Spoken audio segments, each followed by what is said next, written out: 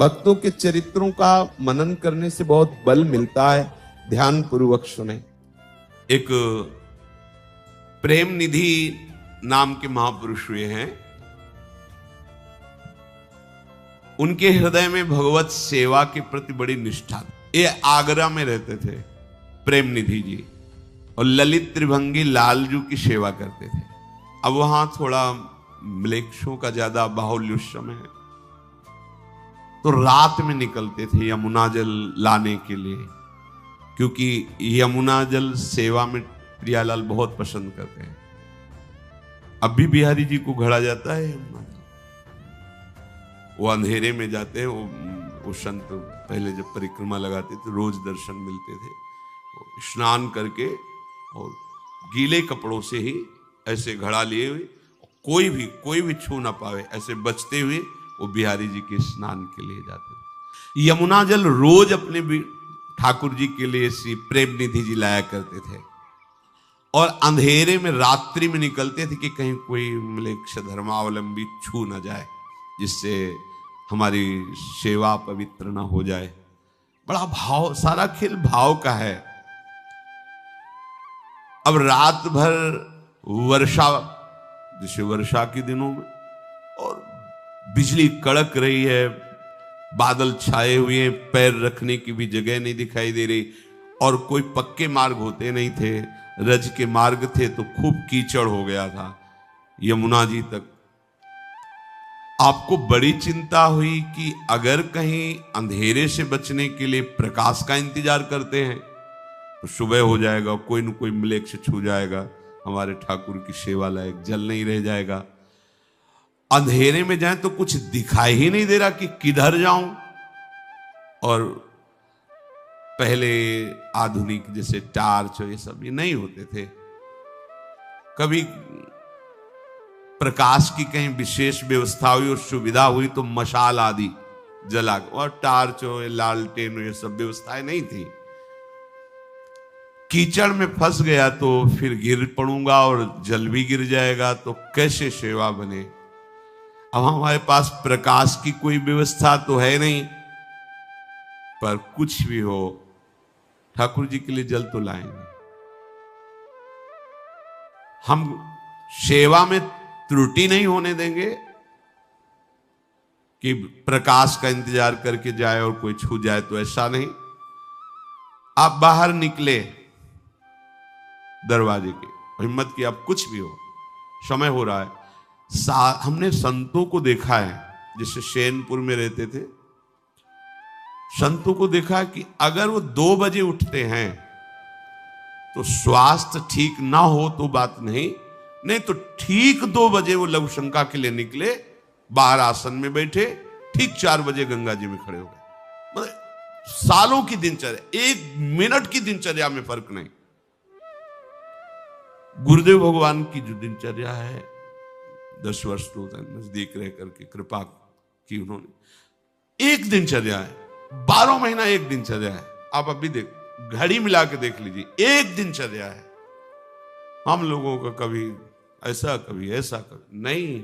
साधु का एक नियम होता है, उपासक का एक नियम होता है, भक्ति की एक दिनचर्या होती है। किसी दिन अष्टपहर सेवा, किसी दिन दोपहर सेवा, किसी 2 दिन सेवा नहीं, ऐसा नहीं। किसी दिन 20 माला, किसी दिन 50 माला, किसी दिन 1 भी माला नहीं, 5-5 दिन नहीं, ऐसे नहीं। भजन ऐसे सिद्ध नहीं होता, भगवत साक्षात्कार ऐसे नहीं होता। अब बाहर निकले, घोर अंधकार, बिजली कड़क रही है और वर्षा हुई है, सब कीचड़मयी भूमि, अंधेरा, दिखाई नहीं दे रहा किधर जाऊं।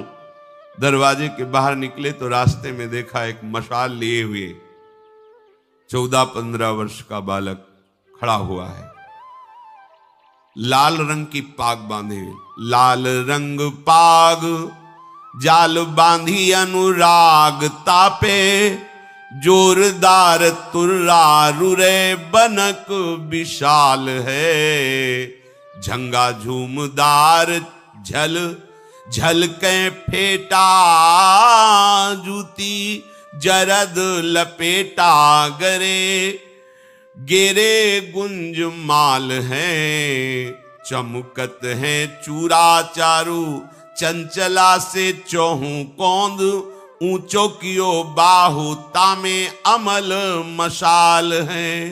मंद मंद बाल आगे, आगे चलो जात लोल, भक्त प्रणत पाल करी करत निहाल है। देखा कि दरवाजे के कुछ कदम आगे एक बालक खड़ा है, उसकी बाजूबंद आदि प्रकाशित हो रहे हैं, लाल पाग है, कुंडल है, गुंजा की माला है और नीचे पीतांबर की फेट बांधे हुए ऐसे मशाल लिए। बोले नहीं, देखे नहीं प्रेम निधि की तरफ, और 10 कदम आगे ही चल रहे हैं जिससे प्रकाश मिलता जाए। प्रेम निधि ने समझा कि ये बालक भी कहीं जा रहा होगा, चलो प्रकाश तो मिल गया। कुछ कदम के लिए जैसे जैसे वो आगे बढ़ रहे हैं वैसे वैसे वो प्रकाश ले आगे चल रहे हैं। शायद अब ये मुड़ जाए अपने घर की तरफ, पर वो तो बराबर आगे ही बढ़ते जा रहे हैं। आप ये सोचते जा रहे थे कि मेरे मन की बात जानकर कौन ऐसी व्यवस्था कर सकता है। यमुना किनारे तक मशाल लिए हुए वो बालक चला। यमुना के तट पर आते ही मशाल रख करके यमुना जी में हाथ पैर धोया, आचमन कर, अच्छा तो ये भी यमुना का उगाहन करने आया होगा, ऐसा सोचा। तो यमुना जी को प्रणाम करके फिर उस बालक को देखो, बालक ही नहीं। प्रेम निधि को आश्चर्य हुआ कि इतनी जल्दी तो कोई जा नहीं सकता, भूत प्रेत की सामर्थ्य नहीं कि मेरे सामने आ जाए। ये कौन था? विचार करते हुए स्नान किया। स्नान करते ही फिर देखा कि वो मशाल लिए तैयार। मन में आया कि पूछो तू कौन है, पर हिम्मत नहीं पड़ी। शांत गंभीर मुद्रा, फेंट से एक पात्र निकाला, उससे तेल डाला मशाल में, फिर और ज्वलित करके जैसे वे स्नान किए, जल घड़ा भरे, 5-7 पैर आगे ही कदम, और फिर वो चल पड़े। इन्हें आश्चर्य हुआ कि यदि ये केवल यमुना आचमन करने आया था तो पहले चले जाना चाहिए था, ये हमारा इंतजार क्यों कर रहा था। मंदिर के दरवाजे तक, फिर उधर से, अच्छा ये हमें लगता है कि प्रणतपाल भगवान ही है, भगवान ही थे। कौन हमारी बात जान रहा था इस समय? आपने अपने ठाकुर जी के समीप जाकर के देखा, ठाकुर जी के हाथ में तेल लगा हुआ था। चरणों में देखा यमुना जी का रज लगा हुआ था, कीचड़ जो, बस लिपट करके रोने लगे ठाकुर जी से। ओह, इतना प्यार करते हो आप। भगवान बोले कि देखो तुम मेरी अनेक प्रकार से सेवा करते हो, मैं ताकता रहता हूं कि कब तुम्हारी सेवा करने का अवसर मिले। मेरे प्रभु का स्वभाव देख लीजिए, ठाकुर जी से लिपट के रो रहे तो ठाकुर जी उनसे लिपट के रो रहे। ये प्यार किसको मिलता है? भक्तों को मिलता है जो प्रभु से प्रेम करते। ये मूढ़ लोग नहीं जानते प्रभु को।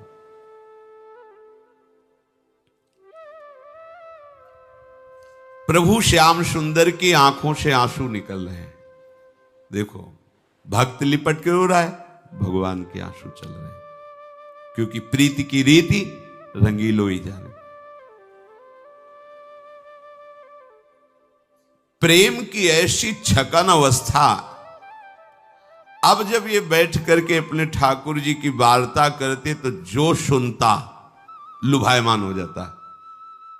जैसे किसी की मां के लाडले का पत्र आवे और वो किसी से कहे भैया सुना दो क्या लिखा है, तो वो जो पत्र पढ़ेगा केवल पढ़ देगा, कोई उसके अंदर फर्क नहीं पड़ेगा, लेकिन फर्क मां को पड़ रहा है। सुख और दुख का। बच्चा कैसा है, अगर वो लिख रहा है आनंदित, उसके हृदय में बड़ी शीतलता, बड़ा आनंद अनुभव, जरा भी दुख की बात उसको पढ़ने वाले को कोई फर्क नहीं पड़ेगा। ऐसा कथावाचन विशेष लाभदायक नहीं होता। कथावाचन का संबंध स्वयं प्रभु से होना चाहिए। अपने प्रभु की बात कर रहे हैं। श्री रामचंद्र डोंगरे जी महाराज, आंखों में आंसुओं की वर्षा हो रही है, उन्मत्त आंखें और भगवत कथा 7 दिन तक जितने श्रोता होते उनको लगता है निरंतर चलती रहे, बंद क्यों होती है कथा? क्यों? क्योंकि हृदय से संबंध, अपने प्रीतम की बात कर रहे हैं। अब जो पत्र बांच रहा है उसका संबंध तो नहीं है ना उस पुत्र से, तो वो ऐसे बांच दिया पूरा। लेकिन वो उस मां जिसका संबंध, एक एक शब्द सुन रही है और उसका प्रभाव पड़ रहा है, हाँ सुखी है, हाँ अच्छा है, भगवान ऐसी कृपा करते हैं, उसका हृदय से। ऐसे ही जो प्रेमी जन जब भगवत चर्चा करते हैं तो उनका प्रभाव हृदय का परिवर्तन कर देता है। प्रेमी भक्त प्रेम निधि जी, कोई भी भक्त बिना भगवत चर्चा के नहीं रह सकता। ये नशा होता है भक्तों का।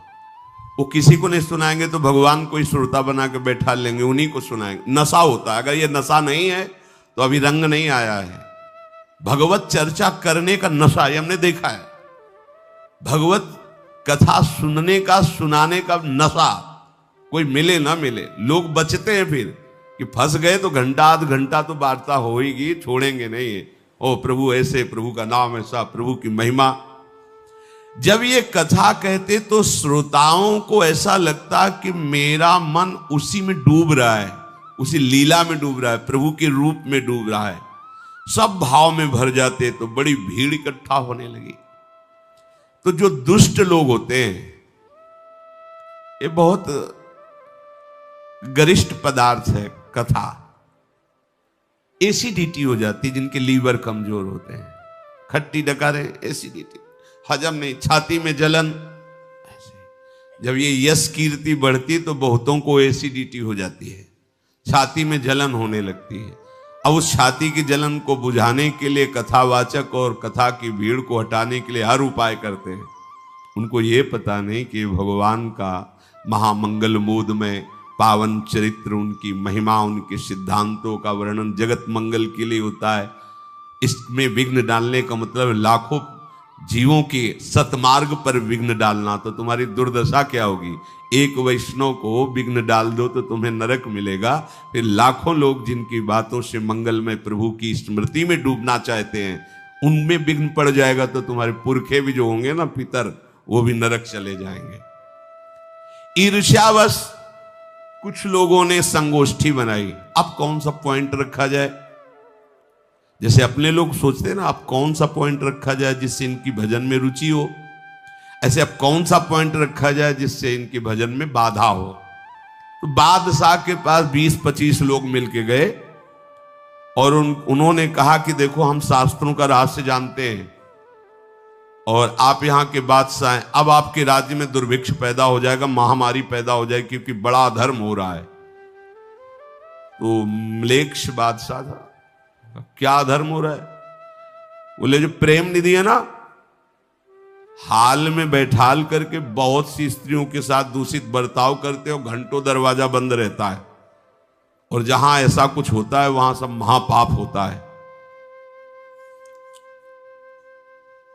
बादशाह को ऐसा भड़काया कि क्रोध से युक्त हो गया। उसने तुरंत अपने सैनिकों को आज्ञा दी, जाओ और प्रेम निधि को जैसी भी स्थिति में तुरंत पकड़ के यहां लाओ।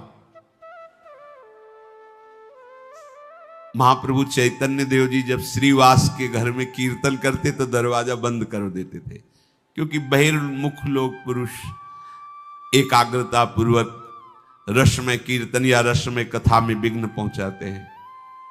अरे थोड़ी थोड़ी देर में उठ के चलने लगो, बातचीत इधर उधर, कुंड फोन आदि, तो विघ्न पड़ता है। ये दरवाजा बंद कर दे।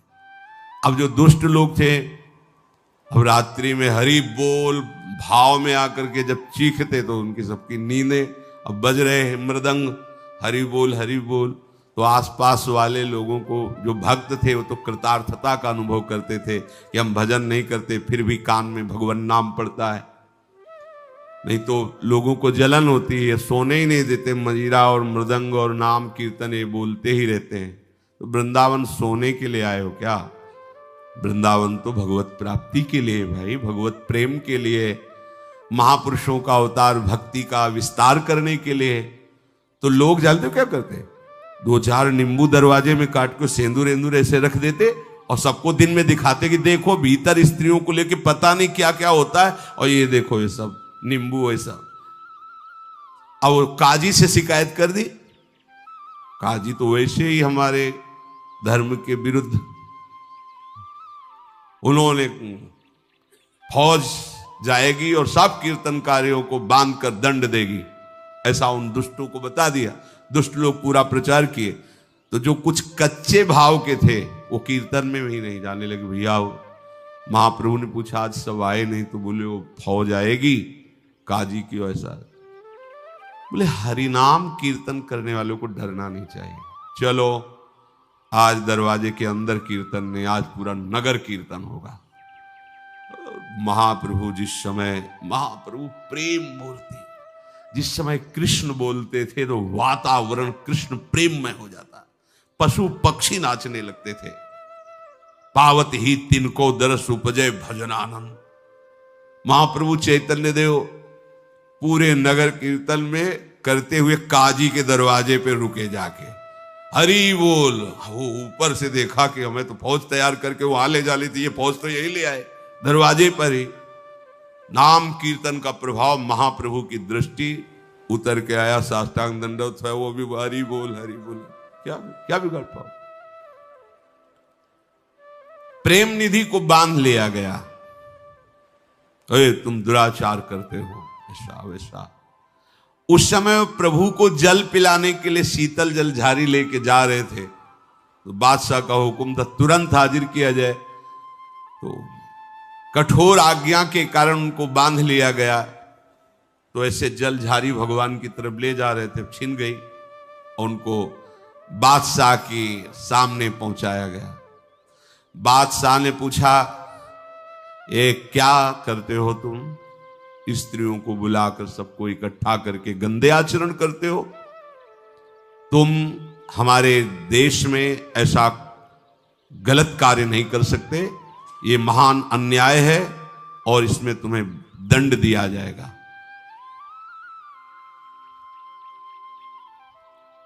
उनका प्रभु मेरे द्वारा कोई अपराध हो रहा है, आपको सूचना मिली है, पर मुझे पता नहीं। मेरे द्वारा अपराध हो रहा, मेरे को पता नहीं। हम तो अपने प्यारे की चर्चा करते हैं और सब प्यारे के ही बच्चे हैं, चाहे स्त्री हो चाहे पुरुष हो, सब बैठ करके सुनते हैं। प्रेम निधि जी की प्रतिष्ठा को देखकर दुष्टों ने बादशाह को ऐसा भर दिया था कि इनकी प्रार्थना का कोई प्रभाव नहीं हुआ। प्रेम निधि जी भगवत चर्चा के प्रभाव से स्वयं की ऐसी स्थिति और बहुत से ऐसे भक्तों की स्थिति थी जो भगवदाकार थी।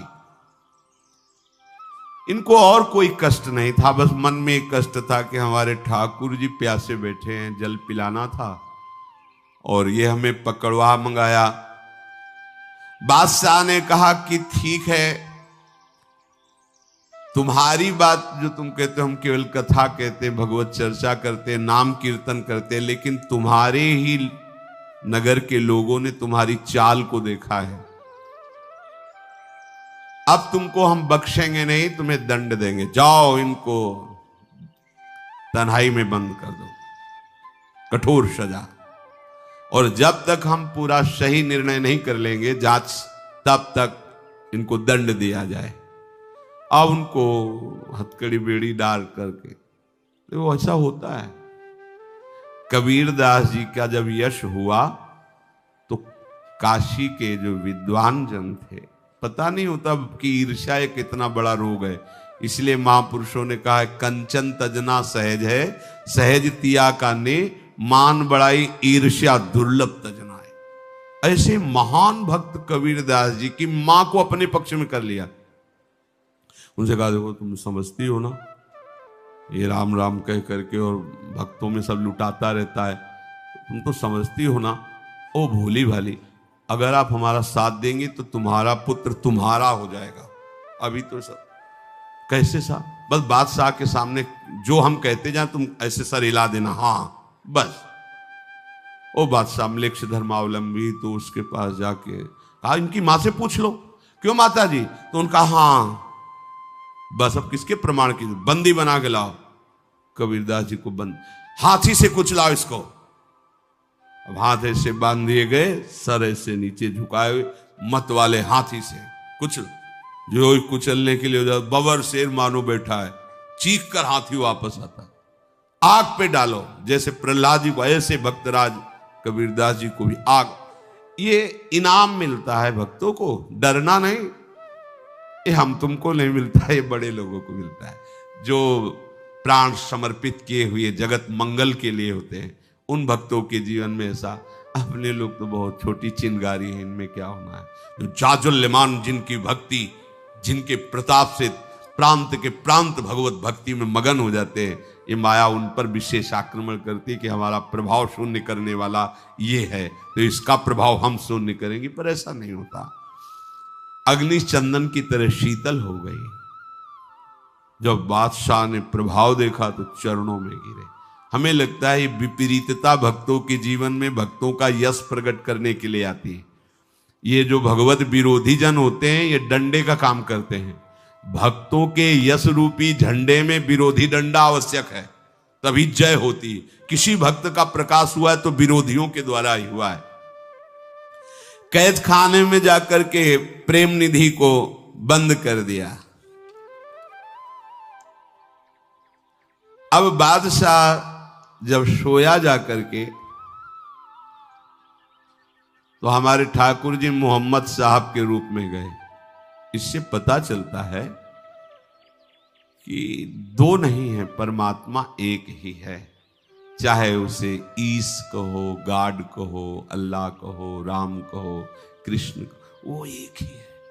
ये जो लड़ाई झगड़ा ये सब बुद्धि की कमजोरी है, भक्ति की कमजोरी है। नहीं, सच्ची में प्रभु एक ही है। तो हमारे भगवान श्री श्याम सुंदर जी मोहम्मद साहब का रूप रखा। इसमें लिखा है कि सोयो बादशाह निसियाए के स्वप्न दियो, कियो वाको इष्ट भेष, कही प्यास लागी है, पीवो जल कही आब खाने ले बखाने, तब अति ही रिसाने को पियावे को रागी है। फेर मारी लात रे सुनी नहीं बात मेरी, आप फुरमाओ जोई प्यावे बड़ भागी है। सोते तय ले कैद करो सुनी, अरवरो डर्यो भर्यो ही भावमति सोवत ते जागी है। मोहम्मद साहब गए, एक लात मारा बादशाह के, उठ, बहुत जोर से प्यास लगी मुझे। बादशाह ने कहा कि वो आप खाना किसी को कहते हो? बोले उसमें जल रखा हुआ है, आप पी लीजिए। फिर एक लात जमाई और कहा मुझे प्यास लगी है, मुझे पानी प्रेमी के हाथ से पीना होता है। अरे मूर्ख, तूने मेरी बात नहीं सुनी। बादशाह ने कहा आप आज्ञा करें, कौन प्रेमी है उसी के हाथ से आपको जल पिला दे। उनका जो हमारा प्रेमी है तो उसको तुमने कैद खाने में बंद कर रखा है। बहुत डर गया बादशाह। प्रेम निधि? हाँ, वो मेरा प्रेमी है। तुरंत भाग कर गए और प्रेम निधि के चरण पकड़े और कहा कि मेरे से गलती हो गई, लोगों के भड़काने से मेरी बुद्धि विपरीत हो गई थी। अब मैं समझा हमारे मोहम्मद साहब के आप इतने प्रेमी हैं। आ शब्द ब्रह्ममय है, कई बार सत्संग में कहा है। जैसे का, खा, गा, आ, जैसे सर्वम खलमिदम ब्रह्म, तो हर अक्षर पे आप आ को देखिएगा, आ ब्रह्ममय है। तो कहीं भी आ हो ब्रह्ममय है, इसीलिए सर्वम खलमिदम ब्रह्म। हमें कहीं द्वेष नहीं करना, कहीं नफरत नहीं करना। मेरे ही प्रभु के सब पर्यायवाची नाम हैं। जितने भी नाम हैं, जितने भी उपासक हैं, सब प्रणाम योग्य हैं। बस ये है कि वो अपनी उपासना के मर्म को नहीं जानते। कोई भी उपासना किसी को दुख देना, किसी की हिंसा करना, किसी को नाना प्रकार से प्रताड़ित करना, ये कोई शास्त्र, कोई आचार्य, कोई महापुरुष नहीं कहता। बस हम वो नहीं समझ पाते और हमारे हृदय में कठोरता आ जाती है और हम समझते हैं दूसरों की हिंसा करके, दूसरों को निराश करके, दुखी करके हम अपने आराध्य देव को प्रसन्न कर लेंगे। भूल है। जिसे तुम मार रहे हो, जिसे तुम दुख दे रहे हो, तुम्हारा आराध्य देव ही है। इस लीला में भगवान ने दिखाया कि उपासक को जैसा भाव वैसे ही मेरा अनुभव होता है। अगर आप प्रभु की सेवा कर रहे हो तो प्रभु आपके सेवक बनकर मशाल लेके चले। आप प्रभु के लिए रो रहे हो तो प्रभु आपके लिए लिपट के रो रहे हैं। आप प्रभु के लिए जीवन अर्पित किए हो तो प्रभु अपने विविध रूपों से आपको बचाएंगे, आपको सुख देंगे। इसीलिए भगवान कहते हैं ये मूर्ख लोग मुझ महामहेश्वर को भी मनुष्य मानकर मेरी अवज्ञा करते हैं। हमें भगवद्वाणी का आदर करते हुए भगवान की आज्ञा में चलना है।